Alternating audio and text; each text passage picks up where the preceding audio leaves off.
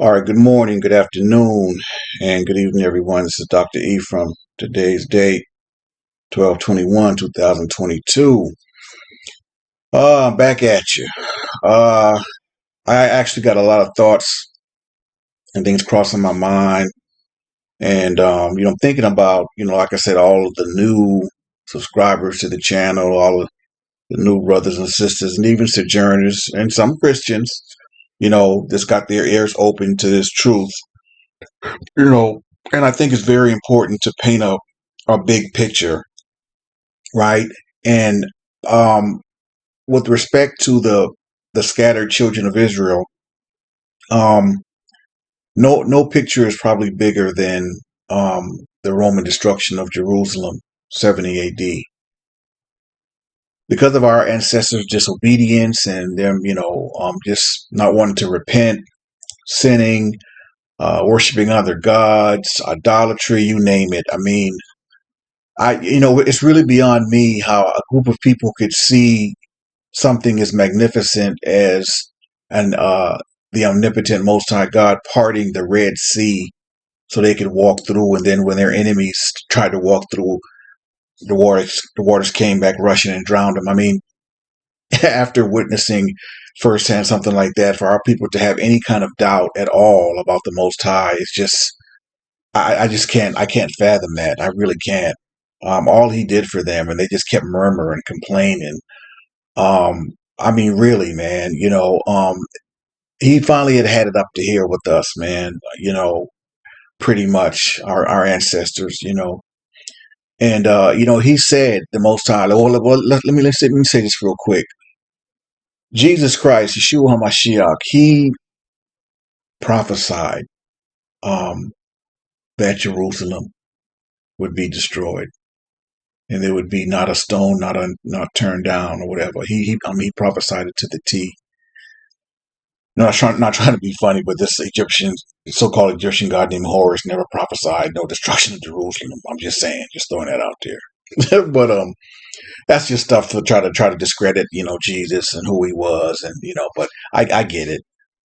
But he sort of precept for Jesus prophesying that, you have to go back to Torah when the Most High said that, and we're gonna get into all of that.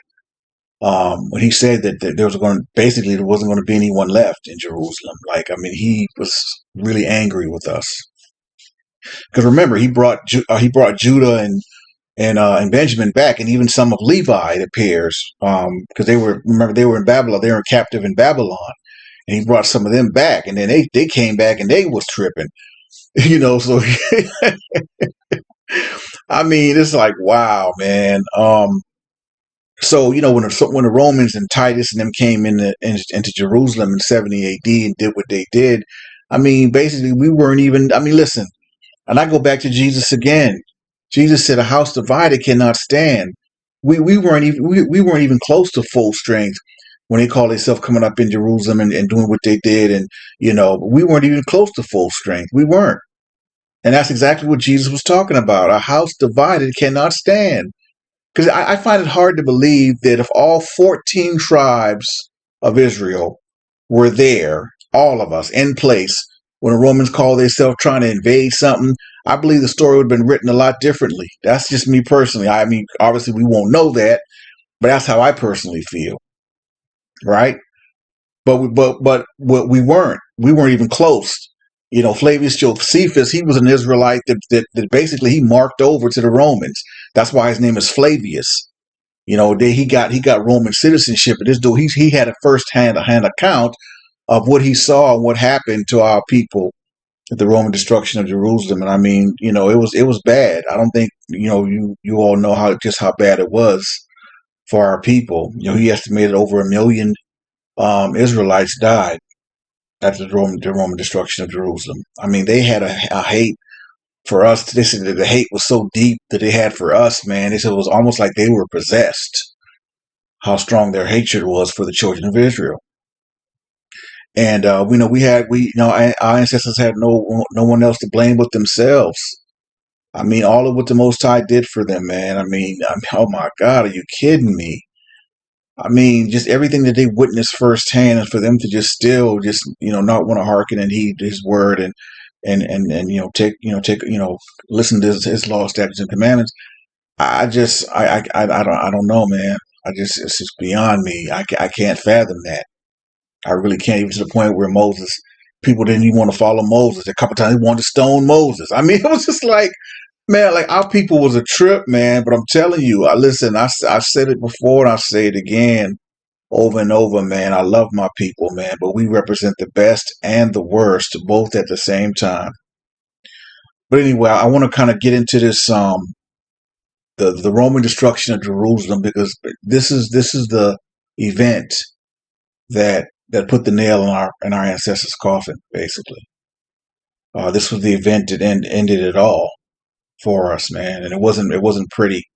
They said they didn't have any mercy on our elders, children. Our people were burned alive. I mean, it was just I don't think, like I said, I don't think many of you know just how horrible it was for us, man. And then to go through that and still to get cursed to go back into slavery and what we endured, man. Listen, there's got to be something at the end of the tunnel for us, man, because our people went through hell for a very long time and still going through it, and really, and but anyway, let's get into it, man. The Roman destruction of Jerusalem. This is the event that ended it all for us. Let's get it.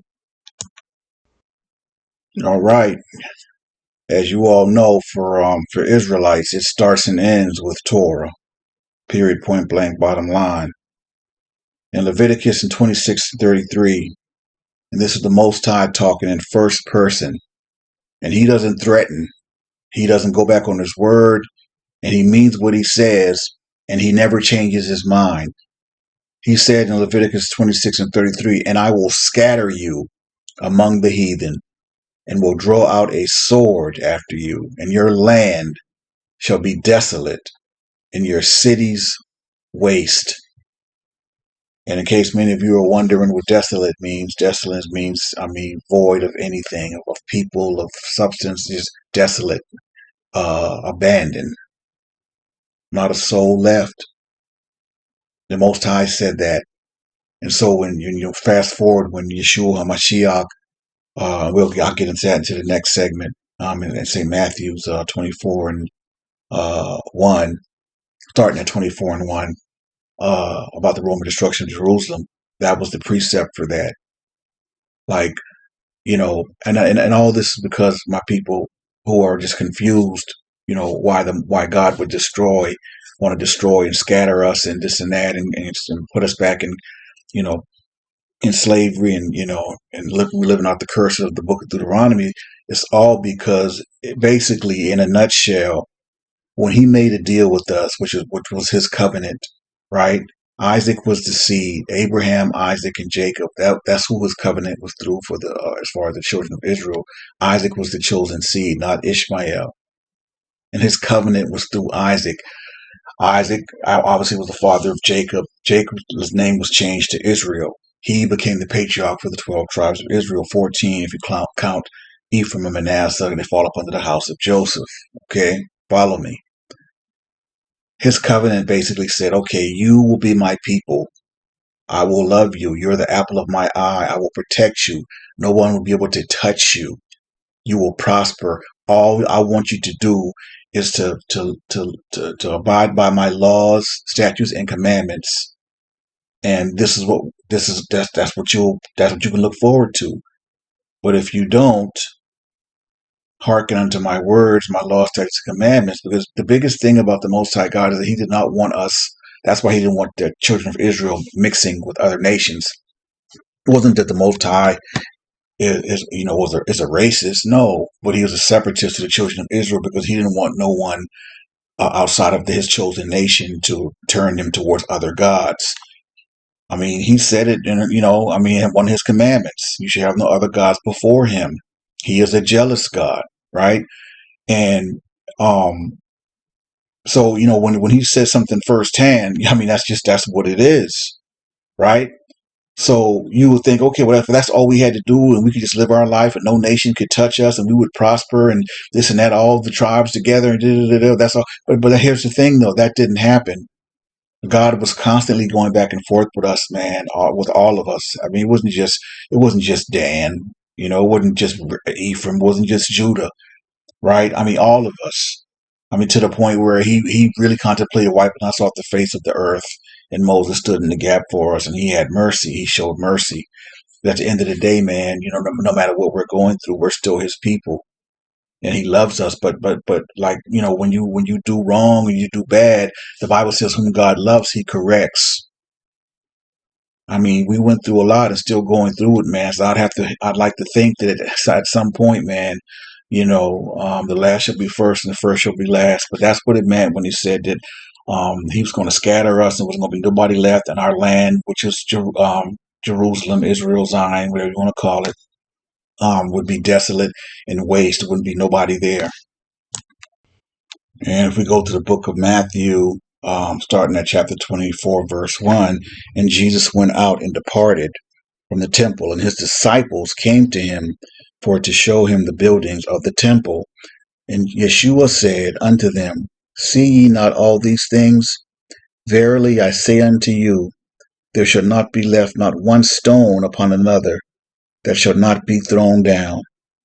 And as he sat upon the Mount of Olives, the disciples came upon him privately, saying, Tell us, when shall these things be? And what shall be the sign of thy coming and of the end of the world?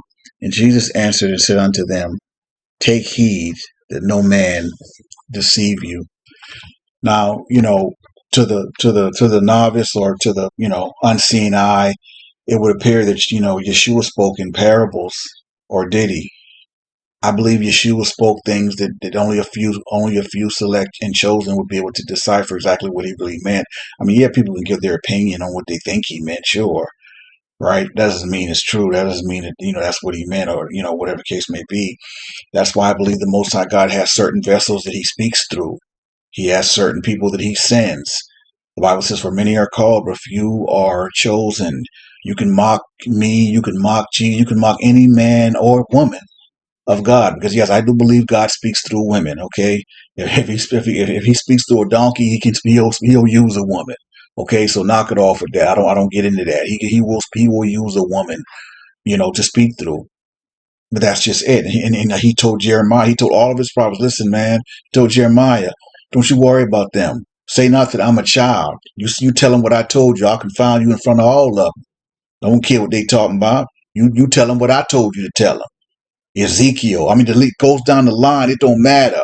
Moses tried to get out of it. Moses didn't want to be the vessel. He didn't want to be the voice. I don't talk good. I don't, you know what I'm saying? God, nope. Aaron could talk for you, but it's you. You understand? See, we can't petition the Most High God to choose us. You understand? He sends and chooses who he desires, who he wants. As we said in his word as well, he'll have mercy on whom he will have mercy. You know what I'm saying? You don't tell him what to do. We are the potter. He is the clay. You understand? We do what he say. Let him handle his business. You know what I'm saying? We do what he says. But Yeshua, um, he prophesied the total destruction of Jerusalem, Romans 70 A.D., and that's exactly what happened. Was starting with the second temple, and every stone was turned down, just as he said. Just as he said. So we're going to get into exactly what happened on that day, and basically what was the end result, even as it relates to the children of Israel right now today. The destruction of Jerusalem, 70 A.D., was a decisive event. The Roman army led by future Emperor Titus besieged Jerusalem, the center of Jewish rebel resistance in the Roman province of Judea. Following a brutal 5-month siege, the Romans destroyed the city and the second Jewish temple. In April 70 A.D., 3 days before Passover, the Roman army started besieging Jerusalem. The city had been taken over by several rebel factions following a period of massive unrest and the collapse of a short-lived provisional government. Within 3 weeks, the Roman army broke the first 2 walls of the city, but a stubborn rebel standoff prevented them from penetrating the thickest and third wall.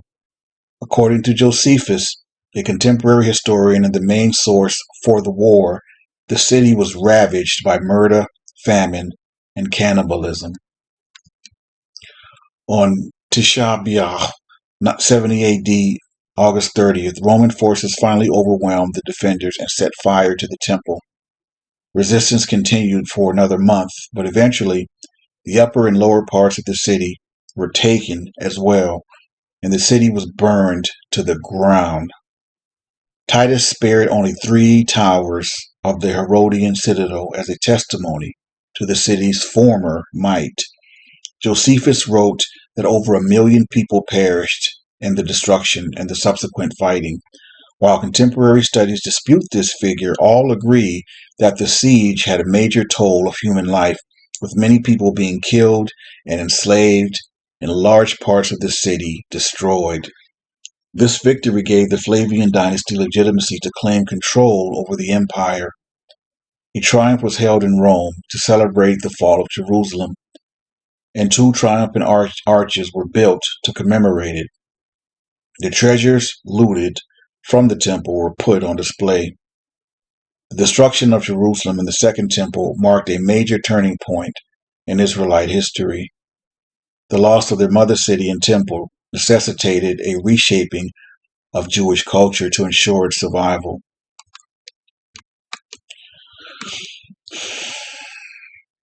Josephus places the siege in the second of Vespasian, which corresponds to the year 70 of the Common Era.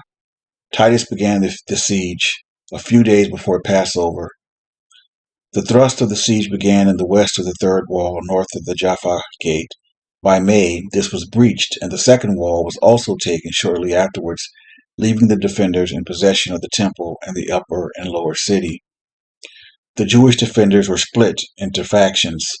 Simeon bar Glora and John of Giscala, the 2 prominent zealot leaders, placed all blame for the failure of the revolt on the shoulders of the moderate leadership.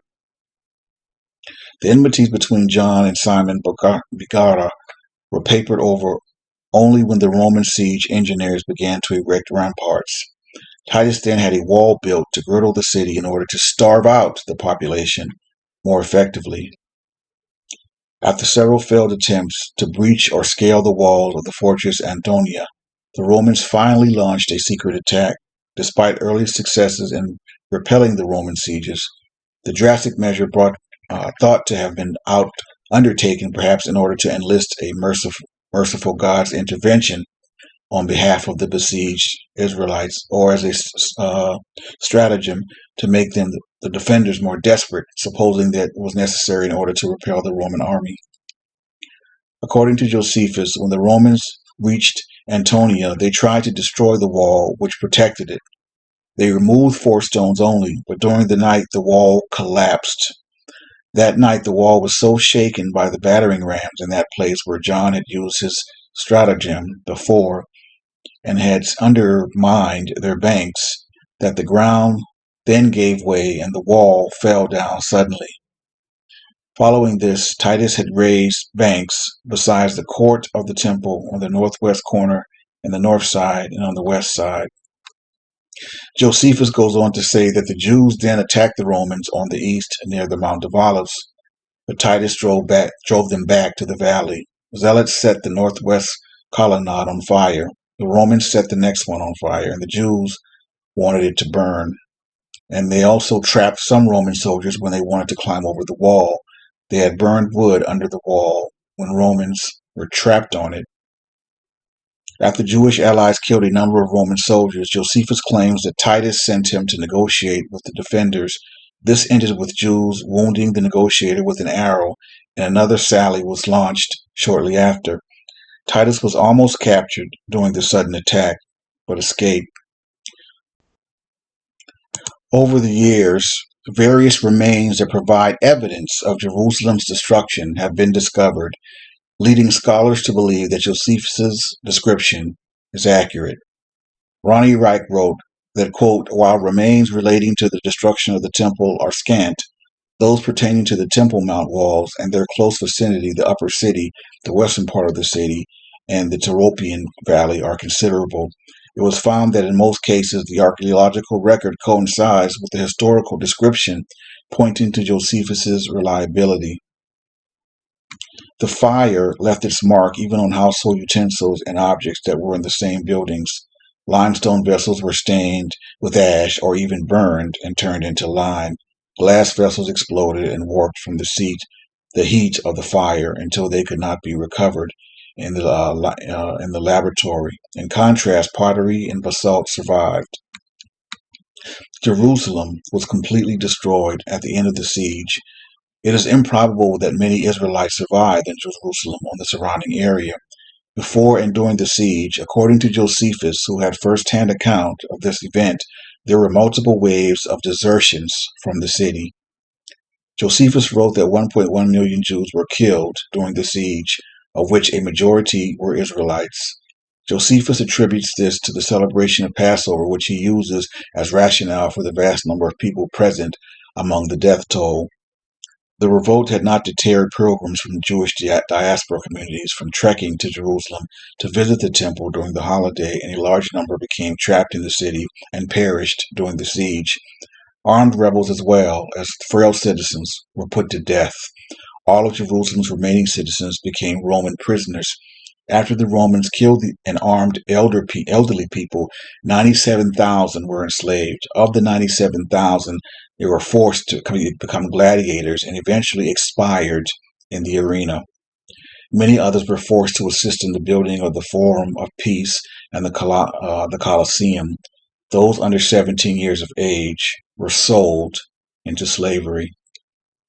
Josephus's death toll assumptions were rejected as impossible, as according to his estimates at the time, about 1 million people lived in Palestine, about half of whom were Israelites, and sizable Jewish populations remained in the area after the war was over, even in the hard-hit region of Judea.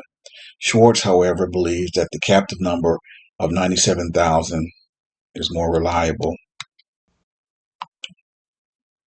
So, after the fall of Jerusalem and the destruction of the city and its temple, there were still a few Judean strongholds in which the rebels continued holding out at Herodium, Machaerus, and Masada. Both Herodium and Machaerus fell to the Roman army within the next 2 years, with Masada remaining as the final stronghold of the Judean rebels. In 73 AD, the Romans breached the walls of Masada and captured the fortress, with Josephus claiming that nearly all of the Jewish defenders had committed mass suicide prior to the entry of the Romans. And with the fall of Masada, the First Jewish-Roman War came to an end. And that, my people, is the event that I deem ended it all. And what I mean by that, when I say ended it all, everyone was killed. Masada, our people committed mass suicide, and if they didn't, they killed them. They captured that. That was it. The Most High said, if we're going to leave our land desolate and our cities waste, because our ancestors didn't want to hearken and keep His commandments. They want to worship idols, and they kept bringing Him to anger and wrath. And He finally had enough. In the Book of Deuteronomy, y'all know what time it is. And that's it. And that's why you won't find. I'm sure you will find E1B1A, the DNA, in Israel, right? I'm sure, but at the same time, I'm also sure you'll find a bunch of invaders' DNA in the land as well. And see, and that's when the information gets skewed, because they're finding the bones and the so-called, I guess, the mummies of people who weren't Israelites genetically. And so they're kind of using that as the basis to say, okay, this is the DNA and genetic markers of the children of Israel. And no, it's not. Those are the DNA and genetic markers of people that invaded the land, that weren't asked to come. They were pillagers. They were rapists. They were, murderers, all these things, right? They weren't Israelites. So that DNA and genetic material is not it's not feasible. You know what I'm saying? So, that's kind of where we are, though. And that's kind of why, the E1B1A isn't recognized as Israel. because I mean, our people blew it, man. I can't say it no more or, better than that. We blew it. But, all I can say is, man, we just continue to kind of keep pushing, try to wake as many of our people as we can, get back to the covenant, and just pray for the Most High's grace and mercy on us, man. That's all we can do at this point. You know what I mean? So, anyway, that's that. Hope you all enjoyed the lesson. Y'all know how I do. So, until next time, this is Dr. Ephraim signing off, saying Shalom, elect.